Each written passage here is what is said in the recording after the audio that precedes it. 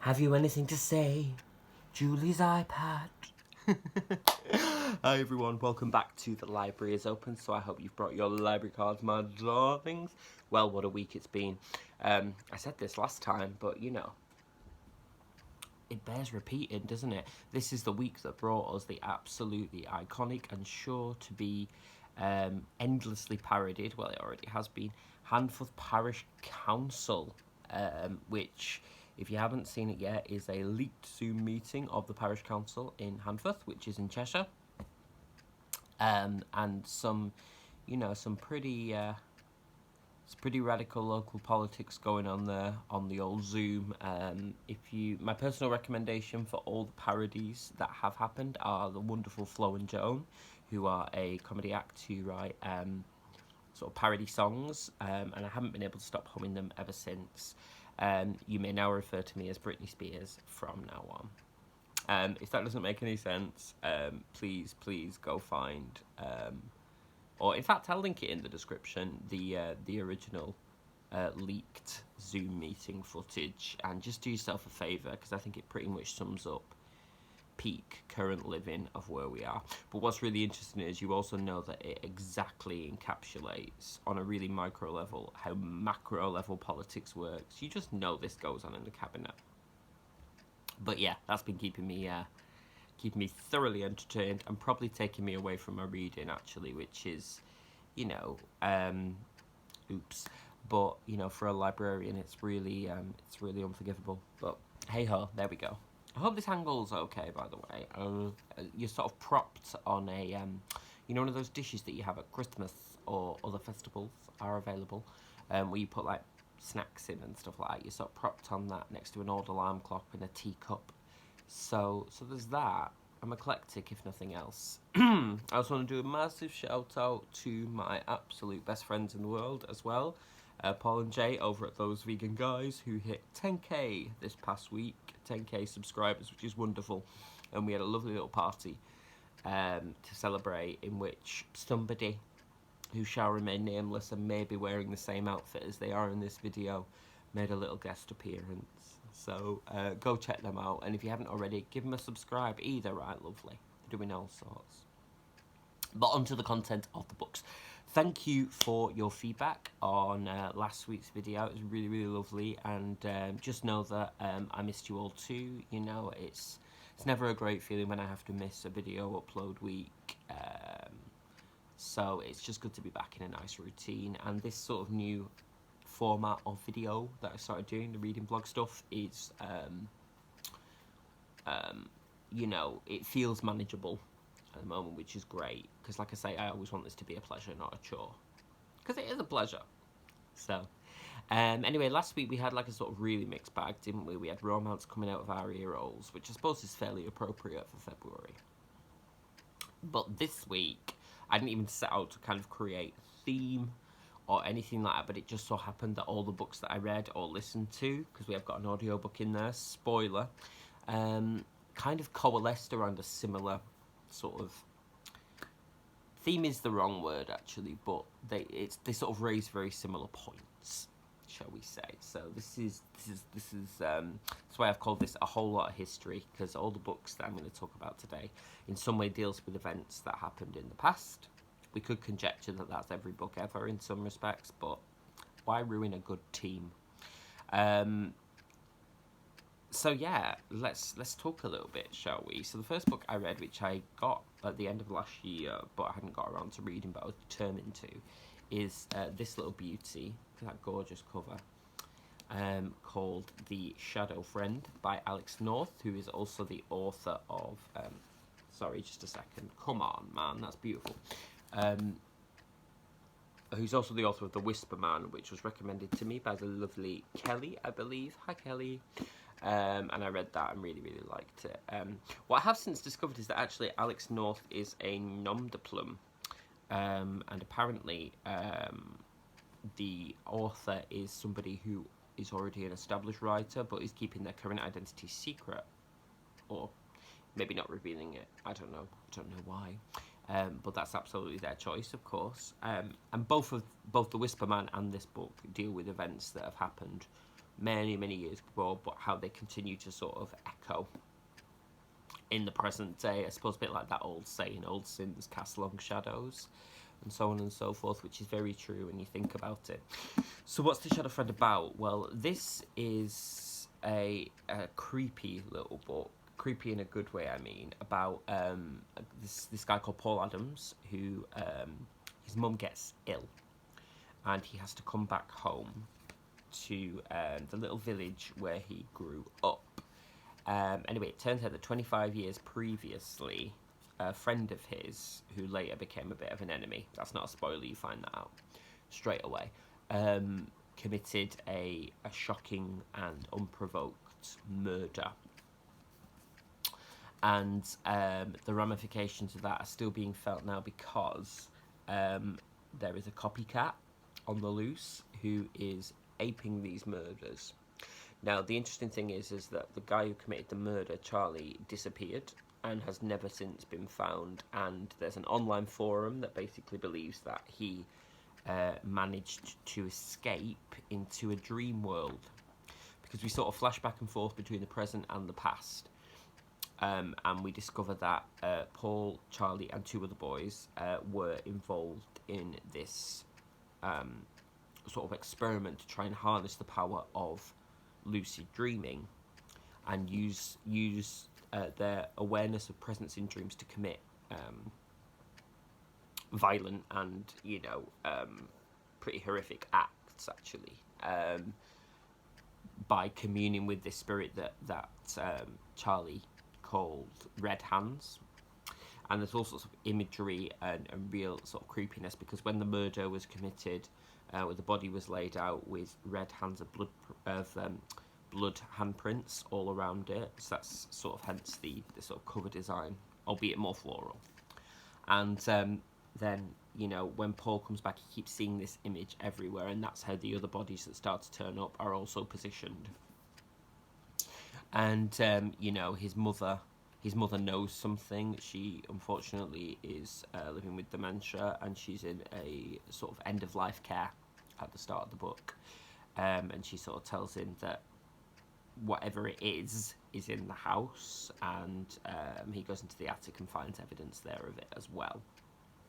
And what's great about Alex North's books, but this book in particular as well, is that you're never quite. It's kind of crime, but it's also kind of horror and thriller, because although things tend to have an explanation by the end in terms of the sort of plots being worked out, there's never a sort of denial that a supernatural or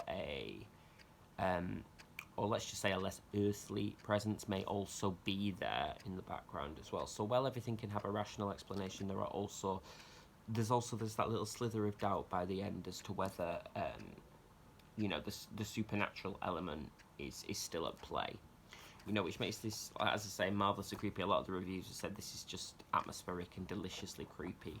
And once again, it's just a beautiful melding of the past and the present together in a twisting narrative that in no way feels like, when you go back and forth in a book sometimes and you're like, oh, why have you gone back now? I just wanted to know what was going to happen. They combine beautifully to sort of mirror each other, but without feeling forced, if that makes sense. So absolutely would recommend this if you're a fan of any of those genres, because it kind of works across the board. So I'm very eager to see what Alex North writes next, and also to find out who they are, although obviously respect their privacy. So that was The Shadow Friend. That's the first one, and that was sort of history, a little bit of history repeating, as it were. The second book I've sort of been reading, not sort of, I have been, is funny little novel, because it's not a novel, it's more a memoir, but it's also non-fiction, and by which I don't mean the idea that memoirs are non-fiction, of course, but in the sense of it almost feels a little bit instructional. So it's quite an interesting blend. So it's called Ghostland, In Search of a Haunted Country by Edward Parnell, and I actually bought this completely on a whim from Waterstones when, before the current lockdown and stuff, when we sort of had that respite before Christmas, and I was sort of using my lunch breaks from work to pop in and pick up a little treat for myself. So this is about Edward Parnell's life, basically, ish. Who's a writer who wrote his debut novel was called The Listeners, I believe, which deals with similar themes, and it's a sort of, there's a really good term in one of the reviews that calls it psycho-geography, which I thought was quite interesting, because I'm rubbish at geography, so at first it was a bit like, but it's about ghosts, literal, metaphorical, and environmental. So basically it's a sort of memoir of Edward's own experiences of loss and hauntings, real and imagined, but traced through the history of the British Isles and how legends and folklore around haunting, ghosts, so on and so forth, are sort of almost synonymous with the landscape in the United Kingdom. It also goes into a lot of imagery and sort of fictional works around these subjects. So, you know, we've got people like M.R. James and so on and so forth, as well as, you know, cinema releases like The Wicker Man, things like that. And there's a sort of deep dive into their lives and their kind of past. And what Edward Parnell does is sort of move around different categories of that. So there's stuff about like goblins and sprites and stuff, but there's also stuff about, you know, like more traditional sort of life after death, but he sort of melds his own story of loss into that, about his parents and his brother and so on and so forth, and he kind of ekes those details out, so you have to sort of wait quite a while, and he sort of makes a pilgrimage around the British Isles, visiting all these places that have either had personal significance to the authors or the filmmakers that he mentions, but also places that he's been that have been of personal significance. So it's actually lovely. It's not precisely what I expected it to be in some respects, because I think, and this is not a critique per se, but it takes a little bit longer to start drawing the connections between his own life and the stuff that he's mentioning, which is fine. But, you know, I sort of got halfway through and I was like, I'm not 100% sure where this is going, but by the end you sort of get the slow build that everything that has been through has contributed to where you get to at the end.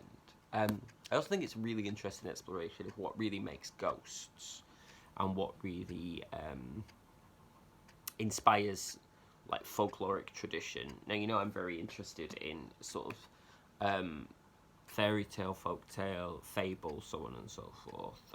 The development of that as almost like a subculture, I suppose, or maybe local subcultures are better, because, you know, that sort of local knowledge around phenomena, human or otherwise, is really, really fascinating, I think, and sort of ties into the whole bigger conversation about how we conceptualize stories and, you know, return again and again to sort of pervasive storytelling techniques. You know, you've probably heard me talk about before, like the basic stories that we just retell over and over again. And I genuinely do believe that speaks to a human need in all of us to have that kind of scaffolding to our imaginations, or a way to make sense of things that we collectively find difficult to confront. So this is a lot about that, and there's some really great tidbits about, like I say, how hauntings can be, what's the best way to say this? Hauntings can be captured in a way in the landscape, irrespective of whether you believe in the paranormal or not. A little bit like when we read The Haunting of Alma Fielding, which I reviewed the audiobook of last year. We sort of talked about the idea that the haunting there was due to the sort of, after the war, the sort of haunted spirit of what had happened previously was still sort of playing on the populace. This is similar to in the idea that the landscape itself or features of the natural world can capture that and haunt the people who walk there. and that doesn't necessarily have to be a ghost. So it's interesting if you're fascinated in folklore, or you have a love for stuff like M.R. James ghost stories, Charles Dickens, anything like that, or folk. Oh, what's the word for it? The films, folk horror. Then I would absolutely recommend picking it up.